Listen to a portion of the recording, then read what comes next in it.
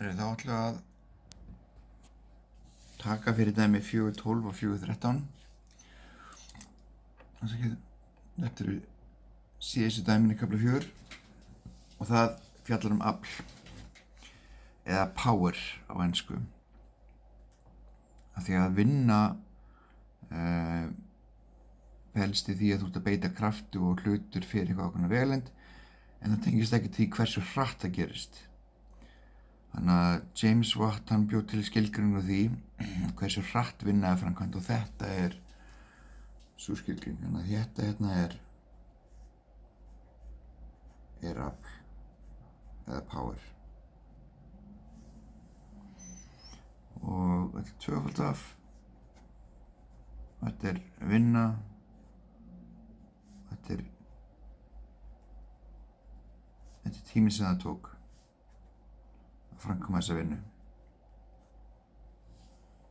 Ok, nú þessi eining ætti að vera júl per sekundu, því eininguna vinna er júl og einingin á tíma er náttúrulega bara sekunda.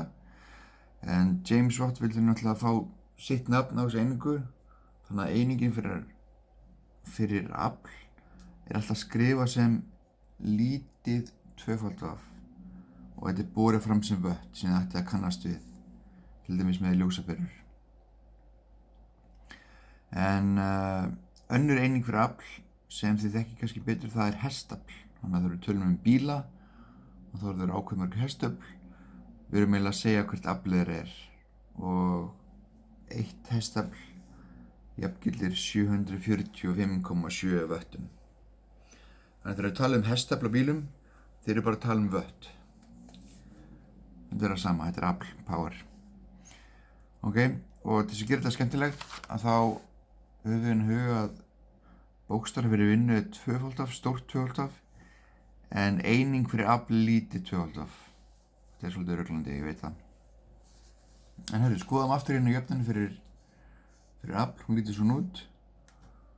Höfum í huga hvernig vinna er skilgreind. Hún er skilgreind svona. Þannig að sem ég ætla að gera, ég ætla að halda áfram með þessa jöfnuna og skrifa inn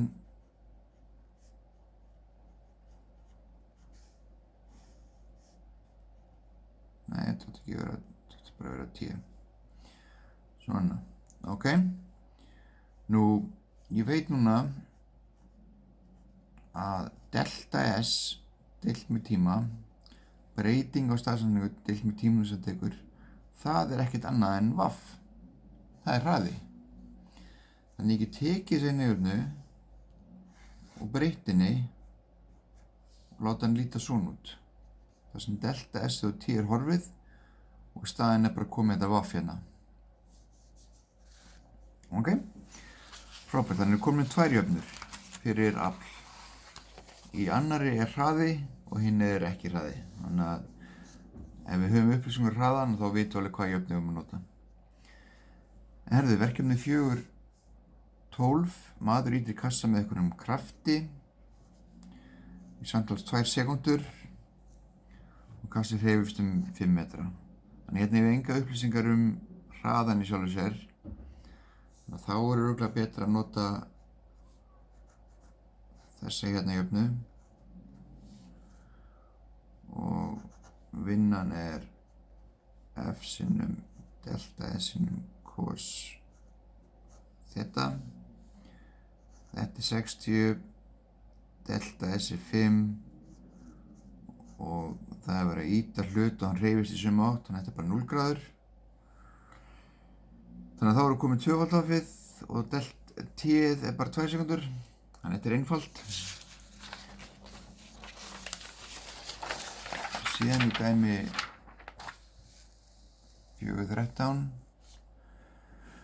þá ertu að hanna svona barnarafmagnsbíl fyrir ofdekkra krakka með ríka foreldra sem veit ekki hvað að gera peninga sinn, og það er ákveðið hérna hámarksæði bíl sem segir að 15 km/klukkstund.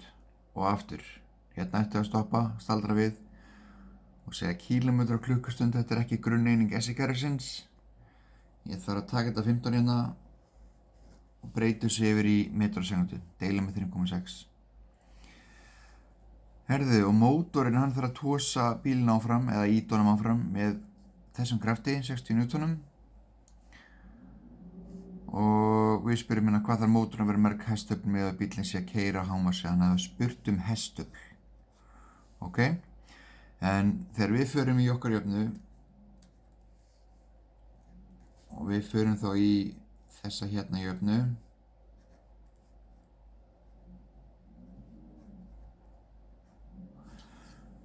að þá powerið hérna sem við erum að reikna út, það í vöttum. Svarið okkar verður í vöttum, það er S-einingin.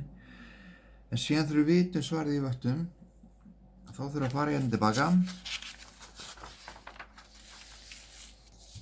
og sjá hérna